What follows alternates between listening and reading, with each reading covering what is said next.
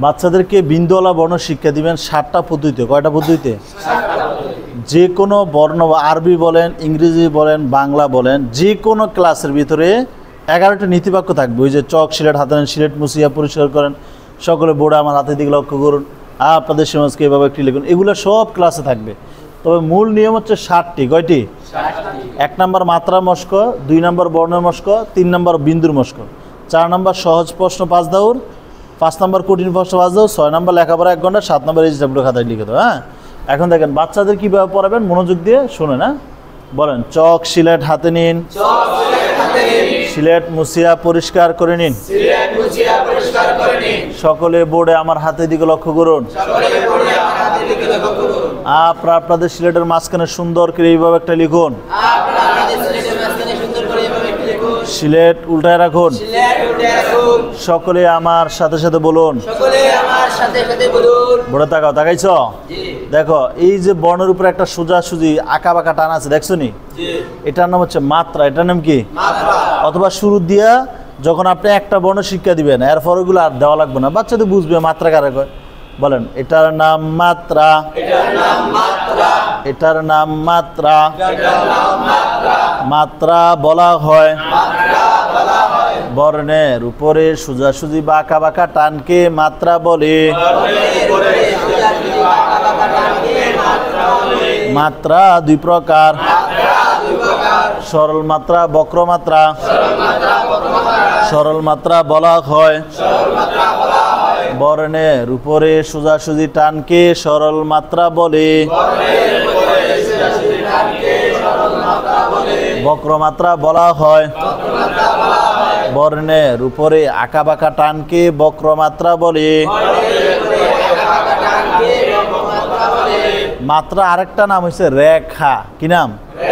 বলো, রেখা বলা হয় বর্ণের উপরে সোজাসুজি বা আঁকা বাঁকা টানকে রেখা বলে।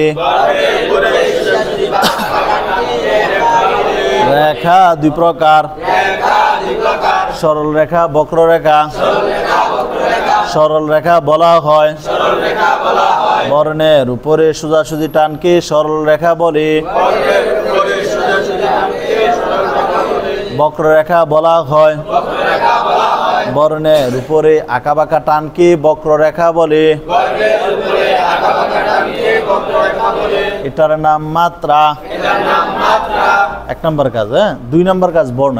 বলো, এটার নাম ব বিন্দু র। ব বিন্দু র।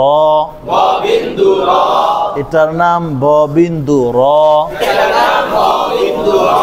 এই ব বিন্দু র মিনিমাম 10 বার বলবেন, এরপর শুধু উচ্চারণটা র র র র, এভাবে 100 বার। কতবার? তো 1 নম্বর মাত্রার মস্ক, 2 নম্বর বর্ণের মস্ক, মনে থাকবে। এবার 3 নাম্বার বাচ্চাদেরকে, এই যে ছোট্ট একটা টান দেখছো নি গোল কইরা, এটার নাম হচ্ছে বিন্দু। এটার নাম কি? বলো, এটার নাম বিন্দু। এটার নাম বিন্দু। এটার নাম বিন্দু। এভাবে কয়েকবার করাবেন। এটা 3 নাম্বার কাজ। কয় নাম্বার?